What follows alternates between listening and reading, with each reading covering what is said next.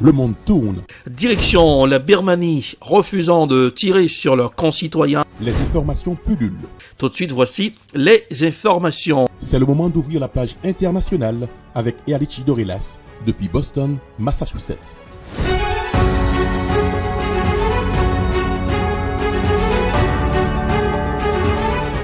Mesdames, Messieurs, bonsoir. Bienvenue dans la page internationale au grand journal du 14h. Tous mes voeux de bonheur pour cette année 2023. Bonne année 2023 à tous et à toutes. Depuis la newsroom, dans la capitale des grandes universités du monde, Boston, Massachusetts, Ealichi Dorilas pour présenter la page internationale. À chaque mail pour le grand journal, Joannel François Rubens assure les manœuvres techniques. Bonsoir aux auditeurs de la radio évangélique Hosanna, 102.3 FM à Jacmel. Premier numéro pour l'année 2023. Démarrons cette page internationale en Corée du Nord. Kim Jong-un hausse le ton vis-à-vis de son voisin du Sud. Le dirigeant nord-coréen appelle à une augmentation exponentielle des capacités nucléaires de son pays et affirme que la Corée du Sud se trouve entièrement à la portée de ses frappes. Séoul revoit sa stratégie de défense face à des menaces toujours plus présentes. Voici un reportage signé RT. 2023 a débuté comme 2022 s'est terminé. Après les 3 tirs nord-coréens samedi, Pyongyang a lancé un nouveau missile à courte portée ce dimanche. Un passage à la nouvelle année, sous le signe de tension déjà bien présente entre les deux pays. Une manœuvre militaire dans la continuité de l'an dernier donc, au cours de laquelle plus de 90 tirs ont été effectués par la Corée du Nord. Cette situation inquiète Séoul, qui en prend la mesure, notamment en renforçant sa collaboration avec les États-Unis. Les deux pays envisagent de réaliser des exercices conjoints, impliquant de l'arsenal nucléaire américain. Les armes nucléaires appartiennent aux États-Unis, mais la préparation, le partage d'informations, les exercices et l'entraînement doivent être effectués conjointement par la Corée du Sud et les États-Unis. Une idée accueillie plutôt positivement par Washington. Une démonstration de force sous forme de dissuasion nucléaire, intervenant une semaine après l'incursion de 5 drones nord-coréens sur le territoire de la Corée du Sud. Malgré leur détection et une traque de 5 heures, l'armée de Séoul n'a pas réussi à les abattre, obligeant l'état-major interarmé à présenter publiquement ses excuses et à reconnaître un manque de préparation face à cette situation. Ce que le président sud-coréen a également regretté avant d'ordonner l'accélération d'un projet visant à lancer une unité de drones permettant de réaliser des opérations de surveillance et de reconnaissance des principales installations militaires nord-coréennes. Chacun montre les muscles dans la continuité d'une année 2022 sous tension. L'an dernier, la Corée du Sud et les États-Unis avaient déjà renforcé leur coopération militaire, réalisant à plusieurs reprises des exercices conjoints. Dans ce contexte, Kim Jong-un a appelé ce dimanche à une augmentation, je cite, exponentielle de l'arsenal nucléaire de la Corée du Nord. La situation actuelle appelle à redoubler d'efforts pour renforcer massivement notre force militaire afin de garantir pleinement la souveraineté, la sécurité et les intérêts fondamentaux de la Corée du Nord en réponse aux manœuvres militaires inquiétantes des États-Unis et d'autres forces hostiles. Dans un autre discours relayé par l'agence de presse nord-coréenne KCNA, Kim Jong-un a également déclaré que la Corée du Sud était désormais entièrement à la portée de frappes nucléaires de Pyongyang. La Corée du Nord, qui se dit constamment menacée par les États-Unis, affirme que seule une dissuasion nucléaire crédible permettra au pays de survivre. De leur côté, Séoul et Washington s'inquiètent d'un nouvel essai nucléaire, qui serait le 7e de l'histoire et le premier depuis 2017. Tension diplomatique entre la France et le Burkina Faso. L'ambassadeur français Luc Alad poussé vers la sortie. Voici un reportage signé Africa News. L'ambassadeur français au Burkina Faso a été expulsé, ont annoncé les autorités burkinabées lundi. Le porte-parole du gouvernement, Jean-Emmanuel Ouédraogo, a confirmé à l'Associated Press que l'ambassadeur Luc Alad avait été prié de rentrer chez lui, sans préciser les raisons d'une telle décision. Dans une lettre adressée à la France fin décembre 2022, le ministère des Affaires étrangères burkinabé aurait demandé le remplacement de Luc Alad en poste depuis fin 2019. Ce même courrier a fuité sur les réseaux sociaux lundi. L'expulsion du diplomate français intervient moins de 2 semaines après que Barbara Manzi, la coordinatrice des Nations Unies au Burkina Faso, a été déclarée persona non grata. La guerre en Ukraine continue. Des bombardements ukrainiens sur un bâtiment militaire de la région de Donetsk ont tué au moins 63 soldats russes. Voici un reportage signé Euronews. La Russie sous le choc après la frappe ukrainienne qui a tué des dizaines de soldats russes à la veille du Nouvel An. L'attaque a eu lieu à Makivka, une ville occupée de longue date par Moscou dans la région de Donetsk. La Russie a reconnu ce lundi la mort de 63 de ses hommes. Les sources ukrainiennes avancent un bilan bien plus lourd. Dans tous les cas, c'est l'un des coups les plus meurtriers infligés aux forces russes depuis le début de la guerre. Le bâtiment visé abritait des mobilisés russes. La présence de munitions sur le site expliquerait l'étendue des dégâts. Des rassemblements se sont tenus dans plusieurs localités d'où étaient originaires les soldats tués, notamment à Samara, dans le centre du pays. Côté ukrainien, l'armée affirme avoir fait subir d'autres pertes aux Russes. Ce porte-parole explique ainsi que les forces de défense de l'Ukraine ont frappé dans la zone de la colonie de Shulakivka, dans la région de Kherson.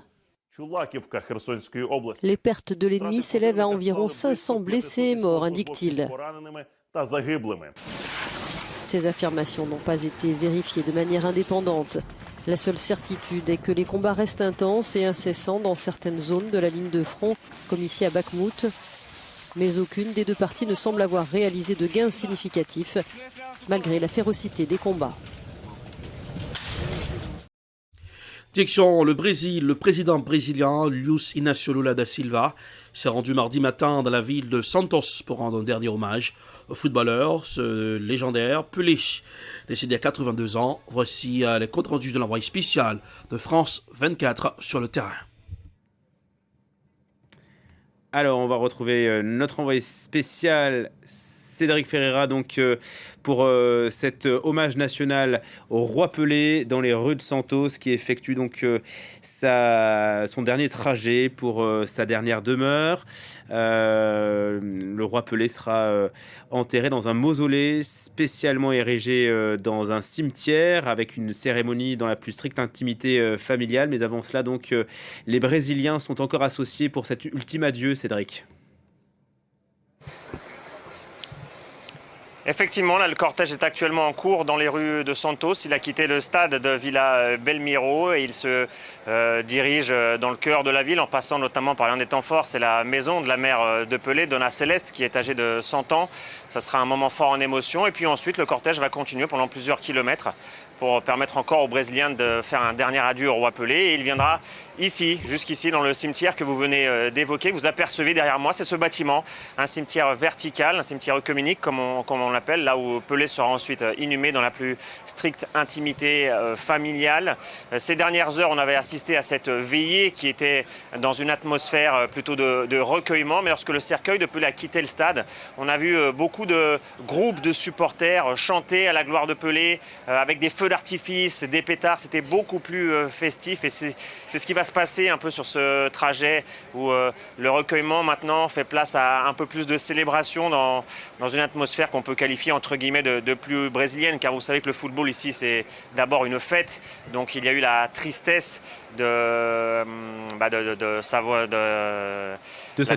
perdre le roi Pelé, mais de sa disparition exactement, mais maintenant les supporters, en tout cas nous avons croisé les plus fervents, veulent offrir à Pelé ce dernier hommage et ça se fait souvent dans les traditions des chants de supporters, des pétards et des énormes drapeaux, des banderoles pour montrer aussi que Pelé était avant tout un homme qui a apporté beaucoup de bonheur aux Brésiliens en général et ici particulièrement dans cette ville de Santos. Merci beaucoup Cédric. Le retour des États-Unis sur la scène internationale, parmi les conséquences géopolitiques du conflit russo-ukrainien. Le retour des USA sur la scène internationale, l'Amérique regardait surtout du côté de l'Asie ces dernières années. Elle le fait toujours pour dissuader la Chine de s'en prendre à Taïwan. Voici un dossier spécial signé la 5 à l'émission C'est dans l'air. America is back. C'était une promesse de 2021. Joe Biden l'a tenue en 2022. Alors que la guerre fait elle aussi son retour en Europe, les États-Unis reviennent au centre du jeu. Dès les premiers jours de l'invasion russe, le président américain s'engage aux côtés de l'Ukraine dans un combat de la démocratie contre l'autoritarisme. La bataille sera sans doute longue et difficile, mais le soutien des Américains à l'Ukraine sera inébranlable face aux attaques immorales de Poutine contre des populations civiles. Nous sommes unis contre l'horreur de l'invasion sournoise de Poutine et nous serons derrière l'Ukraine dans son combat pour la liberté, pour la démocratie et pour sa survie. Adieu à l'isolationnisme, version Donald Trump. L'Amérique de Joe Biden vole au secours de l'Ukraine et fait pleuvoir les dollars sur Kiev. 68 milliards d'aides débloquées depuis février et une rallonge de 45 milliards votée la semaine dernière. Dépensés sans compter mais surtout sans prendre de risques, dans un pays traumatisé par le fiasco de guerres interminables qui lui ont coûté cher en vie humaine en Irak et en Afghanistan. Hors de question surtout de prendre le risque d'une troisième guerre mondiale. Mais Washington livre des armes. Lance-missiles HIMARS, missiles anti-chars Javelin et tout récemment le système de défense anti-aérien Patriot. Nous travaillons avec le G7 et tous nos alliés pour réparer, remplacer et défendre les infrastructures énergétiques de l'Ukraine, et notamment en renforçant sa défense aérienne grâce à l'envoi de systèmes de précision comme les missiles Patriot. Nous serons aux côtés de l'Ukraine aussi longtemps qu'il le faudra. Enveloppe colossale, armement massif et accueil en grande pompe du président ukrainien. Ainsi se décline la nouvelle politique étrangère américaine. Une stratégie dans laquelle l'OTAN n'est plus obsolète, ni en état de mort cérébrale, mais au contraire revitalisée. Face à la menace russe, l'Alliance Atlantique resserre ses liens et s'élargit, avec l'adhésion prochaine de la Finlande et la Suède. Une alliance ressuscitée qui montre les muscles face au chef du Kremlin. L'Amérique est tout à fait prête, avec ses alliés de l'OTAN, à défendre chaque centimètre du territoire de l'OTAN. Chaque centimètre carré. Donc, Monsieur Poutine, ne vous méprenez pas sur ce que je dis. Chaque centimètre. Et pour mieux protéger le flanc est de l'OTAN, le plus menacé, 20 000 soldats supplémentaires pour un total de 100 000 hommes ont été déployés sur le vieux continent. Dans un monde où les superpuissances s'affrontent à distance, un autre front concentre toutes les attentions américaines, l'Indo-Pacifique, et notamment l'île de Taïwan, où Nancy Pelosi s'est rendue cet été pour y délivrer un message à destination de la Chine. Aujourd'hui, notre délégation, dont je suis très fière, est venue à Taïwan pour affirmer sans équivoque « Nous n'abandonnerons pas notre engagement envers Taïwan et nous sommes fiers de notre amitié durable ».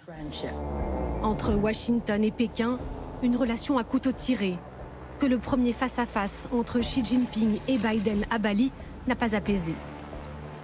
Et pour la première fois cette année, le président américain n'hésite pas à promettre plus qu'une aide matérielle à Taïwan. Taïwan prend ses décisions concernant son indépendance. Nous ne les poussons pas à demander leur indépendance, c'est leur décision. Des soldats américains, des hommes, des femmes américaines défendraient Taïwan en cas d'invasion ? Oui. S'agit-il d'une rupture dans l'ambiguïté stratégique vis-à-vis de la petite île voisine de la Chine ? Le Pentagone a démenti dans la foulée tout changement de politique. Les États-Unis qui, pour la première fois depuis plus d'un siècle, n'ont plus de soldats engagés directement dans un conflit de grande ampleur. Mettons un terme à cette page internationale pour aujourd'hui. Merci de l'avoir suivi. La production est signée Ed Prod, réalisation Télébeltop pour le compte de la radio évangélique Hosanna 102.3 FM à Jacmel pour présenter la page internationale Ehrlich Dorelas depuis Boston, la capitale des grandes universités du monde. Couleur du temps pour ce aujourd'hui à Boston. Il pleut à Boston, 42 degrés Fahrenheit, 6 degrés Celsius. Jacmel, 84 degrés Fahrenheit, 29 degrés Celsius. Bonsoir Joannel, bonsoir Roubans, bonne année à Joannel, bonne année à Roubans, bonne année aux auditeurs de la radio évangélique Hosanna 102.3 FM à Jacmel.